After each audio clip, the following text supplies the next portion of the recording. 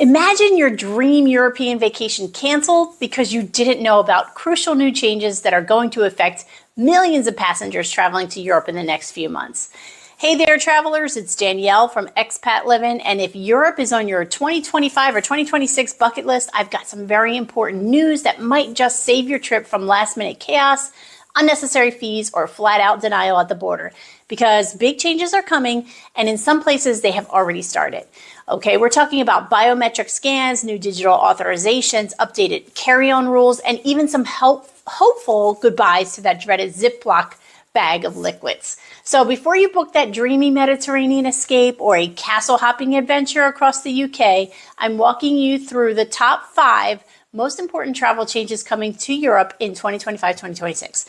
Number 1 is ETIAS. It's the new pre-check for Europe. So the first and arguably the biggest change is going to be ETIAS, and that's short for European Travel Information and Authorization System. And it's supposed to officially launch in the fourth quarter of 2026, though this time frame has already changed a few times, but we will keep you posted on that. So if you're coming from the US, Canada, the UK, or any of the 60 plus visa-exempt countries, you'll need an ETIAS to enter the Schengen area. So no ETIAS, then no entry. So what is the Schengen area anyway? Well, Schengen area is a group of 29 European countries that have abolished internal borders, allowing their travelers to move freely between them without passport checks. It's like traveling between the states in the United States. So once you're in, you can go from France to Germany to Italy without stopping at a single border. So the new ETIAS is like Europe's version of the US ESTA. And here's how it works. You apply online and submit your passport information, your travel plans, and basic background questions. It's going to cost you about €7, but it's free for travelers who are under 18 or over 30, and it's valid for 3 years or until your passport expires, whichever one comes first. So now here's the kicker. While approvals can be lightning fast, sometimes within minutes, they can also take up to 96 hours. So don't leave this for the night before your flight. Pro tip here is to set a calendar reminder a month before your trip and just knock it out.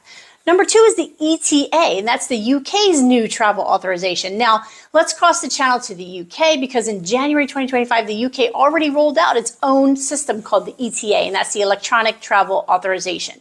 So if you're from US, Canada, Australia, or even the EU, this is going to apply to you. It's mandatory whether you're visiting or just transiting through the UK. Yes, even for that 3-hour Heathrow layover. So here's the deal. You apply using the UK ETA mobile app. It costs about €12 and is valid for 2 years and allows for multiple entries. You can stay up to 6 months at a time, so that's good. And it's digitally linked to your passport, so there's no paper trail, no forgetting it at home. But don't wait until check-in because some approvals will take up to 3 business days. I was just in London a few weeks ago, and sure enough, I had to apply for the ETA for my trip.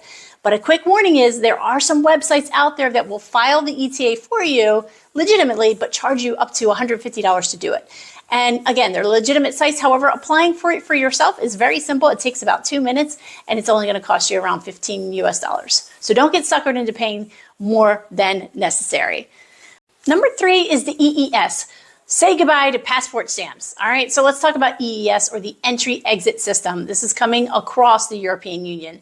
This system is going to replace the charming but totally disorganized ritual of border officers stamping your passport. Instead, you'll get scanned. You'll have fingerprints and facial recognition. It is very Mission Impossible, but less dramatic music. So here's why this matters. Your entry and exit will be tracked automatically. There's no more fudging your travel days.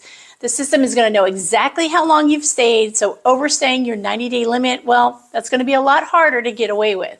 European countries using the EES will introduce the system gradually at their external borders. The system will officially begin on October 12th, 2025, which means that data collection will be gradually introduced at border crossing points with full implementation by the 10th of April 2026. The goal here is to make Europe's borders more secure and efficient, but yes, you're going to miss those stamps. So maybe start a little sticker collection instead.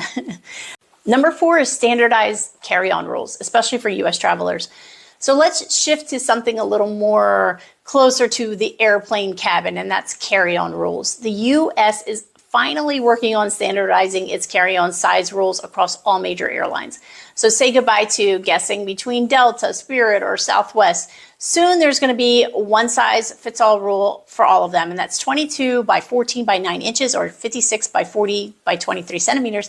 Weight limits will also be enforced more consistently. Expect 7 to 10 kilograms or 15 to 22 pounds for carry-ons. Here's why this matters. If your current carry-on is just a little too chunky, it might not fly anymore, literally. Expect more bag sizers at gates, more surprise fees if you're not careful. And Europe, their airlines are already ahead of the game with stricter size and weight limits. So double check your airline specific rules before you pack. Your wallet will thank you. And finally, number 5 is changes to the liquid rules. So yay, finally. Okay, so let's talk about one rule that we all love to hate, and that's the 311 liquid rule. 3.4 ounces or 100 milliliters, a quart-sized Ziploc bag for one person.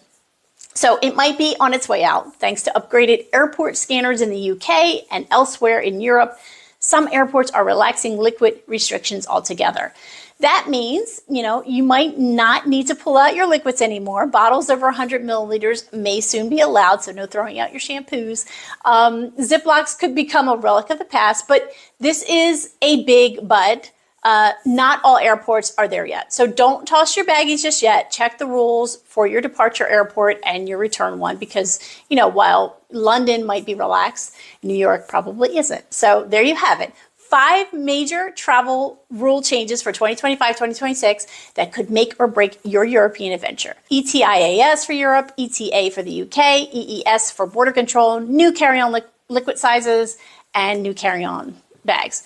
So the world is changing fast, my friends. Don't let that stop you from exploring it. Just be prepared, plan ahead, and maybe start practicing your passport photo face for those biometric scanners.